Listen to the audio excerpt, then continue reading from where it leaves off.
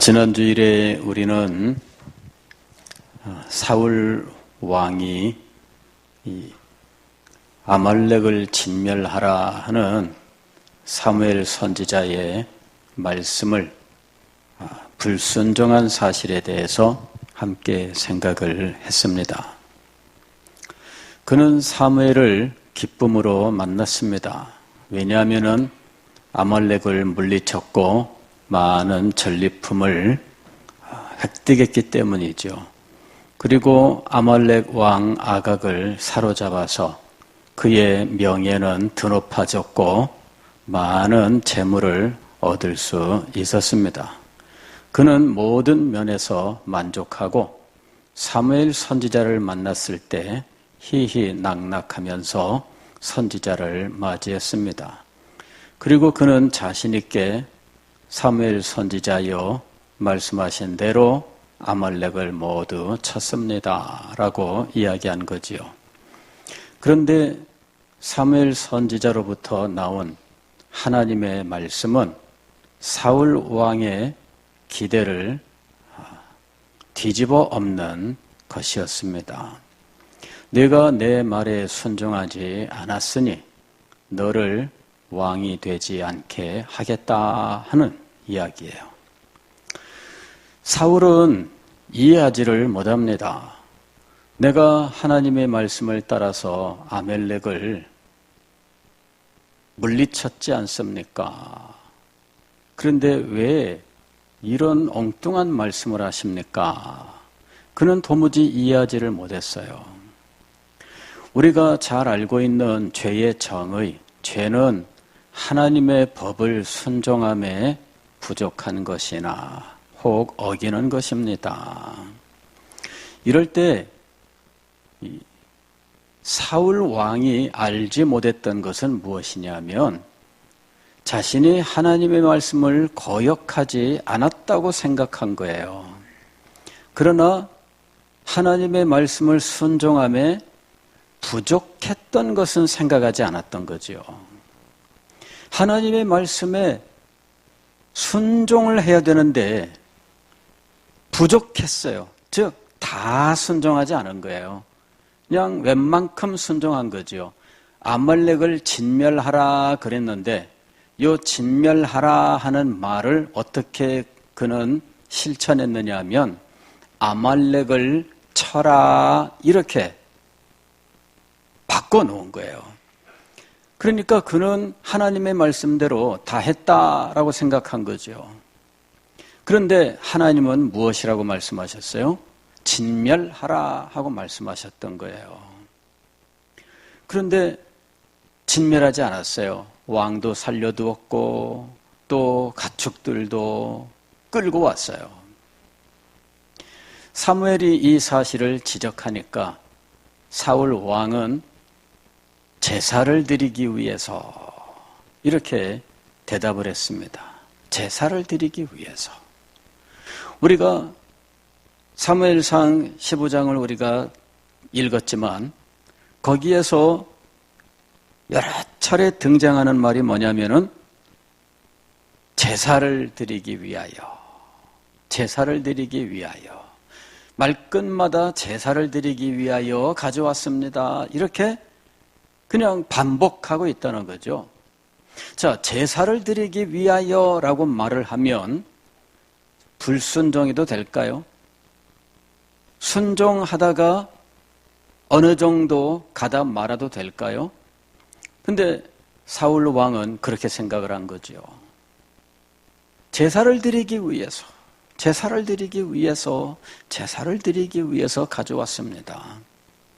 그 다음에 이 말이 안 통하니까 하는 말은 백성들이 이렇게 또 이야기를 해요. 이 가축을 끌고 온, 즉 전리품을 가지고 온 사람들이 누구냐 하면 백성들이야. 자기가 아니야. 나는 아니고 누가 그렇게 했다고요? 백성들이 그렇게 했습니다. 그래서 말끝마다 이번에는 백성들이 이렇게 이야기를 했어요. 사무엘 선지자가 그 말을 듣고 도무지 깨닫지 못하는 사울 왕을 보고 도무지 자기의 잘못을 인정하지 않는 이 사울 왕을 보고 이렇게 얘기한 거예요. 순종이 제사보다 낫고 듣는 것이 수양의 기름을 드림보다 낫다. 이렇게 얘기한 거예요. 직접적으로 대놓고 얘기한 거예요. 왜? 깨닫지 못하니까. 그리고는 사무엘 선지자가 돌아서니까 이번에는 붙잡고 늘어집니다. 그런데 사무엘 선지자를 붙잡고 늘어질 때에도 자기의 잘못을 깨닫고 뉘우치고 인정하는 것이 아니라 백성들이 들고 일어날까 하오니 제발 같이 가셔서 저의 위신을 세워주십시오라는 거예요. 그러니까 사울 왕은 끝까지 깨닫지 못하여 버림을 받았어요. 오늘 우리가 읽은 마태복음 7장에도 이런 사람들이 등장하고 있습니다. 오늘 예수님께서 이런 말씀을 하시죠. 나더러 주여 주여 하는 자마다 천국에 들어갈 것이 아니요 다만 하늘에 계신 내 아버지의 뜻대로 행하는 자라야 들어가리라.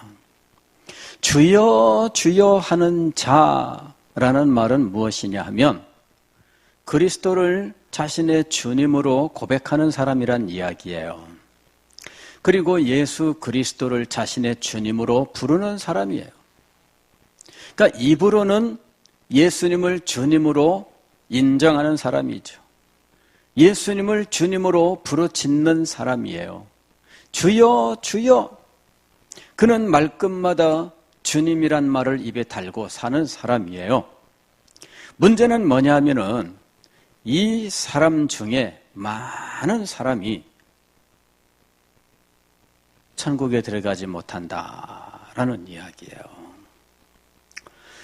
자, 22절 말씀을 보면 이렇게 되어 있습니다. 그날에 최후의 심판날이죠. 심판날에 많은 사람이 나더러 이르되 주여 주여 우리가 주의 이름으로 선지자 노릇하며 주의 이름으로 귀신을 쫓아내며 주의 이름으로 많은 권능을 행하지 아니하였나이까.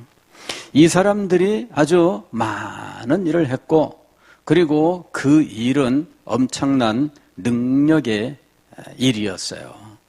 능력으로 행하는 일들이었습니다. 이 사람들은 이 정도 했으면 충분하지 않을까 자신 있게 우리 주님에게 말씀을 드린 거예요. 그랬는데 그들에게 돌아온 대답은 뜻밖이었습니다.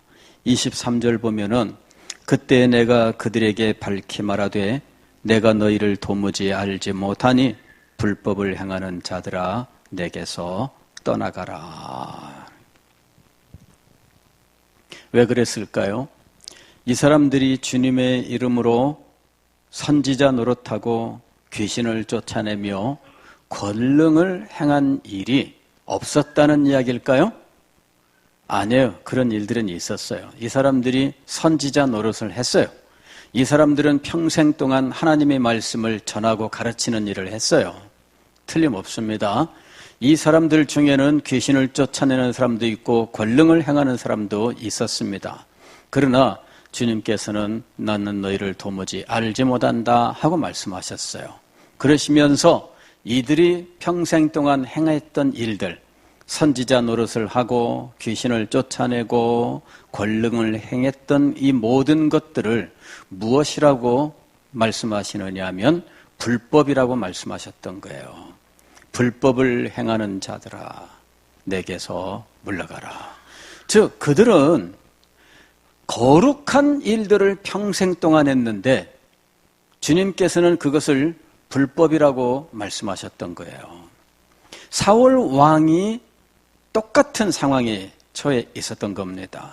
그는 말끝마다 제사라고 이야기했지만 그것이 결국은 불법이었어요. 왜? 하나님의 뜻을 행하지 않으면서 제사 이것은 불법에 해당되는 거예요. 성경은 이것을 엄하게 가르치고 있어요. 이사야서 1장을 보게 되면 하나님의 뜻을 행하지 아니하면서 안식일을 지키고 번제를 드리고 절기를 지키는 이스라엘 백성들에 대해 말씀하고 있습니다. 너는 너희가 드리는 번제에 질렸다라고 말씀하셔요. 내가 너희가 드리는 이 번제, 그 연기, 그 냄새, 난 그건 질렸다 이렇게 말씀하시는 거죠. 하나님께서 흠향, 즉 기쁘게 맡으시는 냄새가 아니에요. 너무나 질렸다는 이야기죠. 그리고 너희는 성전 문지방만 밟고 다닌다라고 이야기를 했어요. 문지방을 닳게 만들기는 할 수 있을지 모르지만 그러나 하나님에게 인정은 받지 못했어요. 그래서 너희는 안식일을 지키지 말아라. 안식일을 정말로 지키지 말라는 말씀일까요? 아니에요. 이 사람들은 안식일도 지키고 명절도 지키고 제물도 드리고 기도도 하고 모든 면에서 열심을 품고 섬겼던 사람들입니다. 그러나 그 모든 일들을 하나님께서는 무엇이라고 규정하셔요? 불법이라고 규정하시는 거예요. 왜 그들이 행한 이 모든 경건한 행실들이 불법이 될 수밖에 없을까요? 그것은 그들이 하나님의 말씀에 순종하지 않기 때문이에요. 하나님의 뜻에 순종하지 않기 때문이에요. 이건 뭐냐면은 이런 겁니다. 옆집의 아이가 나한테 맨날 아버지 하면서 자기 아버지를 섬기는 도리로 나를 섬겼어요. 그런데 그 아이가 내 아이는 아니에요. 근본적으로 이게 문제라는 거예요. 우리가 하나님 앞에 기도할 때 기도가 앞서는 것이 아니라 무엇이 앞서야 된다고요? 하나님의 뜻이 앞서야 돼요. 기도할 때 여러분 이걸 가장 깊이 생각을 해야 됩니다. 기도할 때 내 소원이 앞서거나 내 기도가 앞서거나 기도하는 나의 행실이 앞서는 것이 아니라 하나님의 뜻이 앞서야 한다는 거예요. 무엇보다도 하나님의 뜻을 생각해야 돼요. 그리고 하나님의 뜻에 순종하는 것을 먼저 생각을 해야 돼요. 이것이 이루어지지 않으면 우리에게 기도는 없다는 것이죠. 오늘 여기 21절 말씀을 살짝 단어를 바꿔보면 이렇게 말씀할 수가 있습니다. 나더러 주여 주여 하는 자마다 다 기도 응답을 받을 것이 아니요 다만 하늘에 계신 내 아버지의 뜻대로 행하는 자라야 응답을 받으리라. 여러분 요한일서 5장에 보면은 무엇이든지 그의 뜻대로 구하면 들으심이라 하고 말씀하셨잖아요. 그런데 그거예요. 무엇이든지 누구 뜻대로? 주님의 뜻대로예요. 기도할 때 우리는 무엇보다도 하나님의 뜻에 마음을 주어야 돼요. 하나님의 뜻이 가장 먼저 와야 돼요. 이럴 때 하나님의 뜻은 무엇이냐면 내가 이루고자 하는 소원이 하나님의 뜻이냐 아니냐가 아니에요. 하나님의 뜻을 우리는 자꾸만 내가 소원하는 것에다가 초점을 맞추는 경향이 있어요. 그게 아닙니다. 가령 우리 아이가 서울에 있는 대학에 가는 것이 하나님의 뜻입니까? 부산에 있는 대학에 가는 것이 하나님의 뜻입니까? 무엇이 하나님의 뜻입니까? 여러분 자기의 소원은 뭐예요? 우리 아이가 대학 들어가는 거예요. 더 좋은, 내가 더 바라는 건 서울에 있는 명문대학에 들어가는 거예요. 그게 하나님의 뜻입니까? 부산에 있는 대학 가는 것이 하나님의 뜻입니까? 이러면서 이쪽이든 저쪽이든 자기가 좋은 것만 내세우고 있는 거죠. 자기 소원을 두고 하나님의 뜻이냐 아니냐를 묻는 것은 잘못이에요.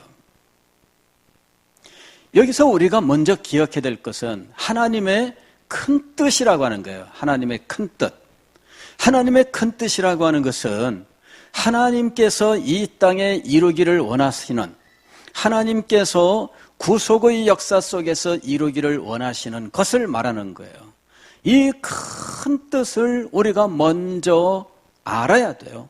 그리고 이 큰 뜻 속에서 지금 이 시대 혹은 내가 살고 있는 바로 지금 이 순간, 실존이라고 부르는 바로 이 자리에서 하나님의 크신 뜻이 어떻게 이루어져야 되느냐라고 하는 거예요. 이것이 하나님의 뜻입니다. 먼저는 하나님의 크신 뜻이에요. 그리고 하나님의 크신 뜻이 지금 이 순간 내게 어떤 의미를 가지고 있느냐라고 하는 것이죠. 이것을 우리가 먼저 기억을 해야 돼요. 그리고 이 뜻을 순종하는 자리에 나가야 된다는 거예요. 하나님의 크신 뜻에 관심이 없고 하나님의 크신 뜻이 지금 이 순간 이 자리에서 나에게 어떻게 나타나야 되는지에 대해서도 관심이 없고 오로지 자기의 소원에만 관심을 기울인다면 그가 아무리 엄청난 기도를 드린다 할지라도 그것은 하나님께서 불법이라고 말씀하신다는 거예요. 여러분, 내가 하나님 앞에 기도하면서도 그것이 불법이 될 수 있다는 사실을 알아야 돼요. 하나님의 뜻과 상관이 없이 내 소원만 앞서는 것, 이게 바로 불법이에요. 그런 소원을 가지고 이 사람이 40일 금식 기도를 했어요. 사람들은 모두 이 사람이 대단하다고 칭송을 하지만 하나님께서는 불법을 행하는 자들아 하고 말씀하신다는 거예요. 주여 주여 내가 주의 이름으로 선지자 노릇을 했습니다. 주여 주여 내가 주의 이름으로 귀신을 쫓아내었습니다. 내가 주의 이름으로 권능을 행했습니다. 그러나 주님은 모두 불법이라고 말씀하셨던 거예요. 즉 우리가 생각할 때 가장 능력 있고 가장 아름다운 신앙의 일들이라 할지라도 주님께서 보실 때에는 불법이 될 수 있다는 거죠. 이것이 명백하게 불법이 되는 근거는 무엇이냐면은 하나님의 뜻을 생각지 아니하는 거예요. 하나님의 뜻을 생각지 아니하는 것. 여러분, 사도 베드로가 예수 그리스도께서 예루살렘에 올라가서 고난을 받으시고 죽는다는 사실을 말씀하셨을 때 주여 이렇게 되어서는 안 됩니다 하면서 주님에게 간하였더라 하고 말씀합니다. 이 간하였더라라는 말은 책망하였더라, 그리고 하여튼 단호한 말로 따지고 들었더라, 뭐 이런 의미예요. 근데 여러분 보세요. 베드로가 그렇게 했으면 예수님을 깊이 생각한 것이 아니겠습니까? 그런데 예수님께서는 베드로를 향해서 무엇이라고 말씀하시느냐 하면은 사탄아 내 뒤로 물러가라. 여러분, 예수님을 생각한 거 아니에요? 예수님을 사랑해서 그런 말을 한 것이 아닐까요? 그런데 예수님께서는 사탄아 내 뒤로 물러가라 그러셨어요. 그러시면서 이유를 말씀하셨습니다. 너는 하나님의 일을 생각지 아니하고 그랬어요. 너는 하나님의 일을 생각지 아니하고 그래서 사탄이 되는 거예요. 하나님의 일을 생각지 않는 사람은 사탄이에요. 그의 인격이 사탄이란 이야기가 아니라 사탄이 원하는 것과 똑같은 일을 하고 있다는 거예요. 예수님을 사랑하고 예수님을 생각하고 예수님을 위해서 하는 말인 것으로 생각했는데 뜻밖에도 하나님의 일을 생각지 아니하고 사람의 일을 생각하는도다. 그러므로 너는 사탄이다라고 하는 거예요. 여러분, 우리는 거룩한 것으로 포장하면 다 그냥 좋다 하는 이런 상황 속에 살고 있어요. 그러나 성경은 그렇게 가르치지 않아요. 제가 여러분들에게 말씀드렸죠. 주방봉사하는데 예배드리지 않으면 주방봉사가 불법입니다. 예배 안 드리고 주방봉사하는 거 하나님이 기뻐하실까요? 안 그래요. 응? 그래서 무슨 일이 있어도 예배를 드리시라. 성도들이 밥을 늦게 먹으면 늦게 먹었지, 주방봉사하는 사람들이 예배 안 드리고 그 시간에 가서 밥 팔아? 안 됩니다. 온 교회가 밥을 늦게 먹는 게 맞는 거예요.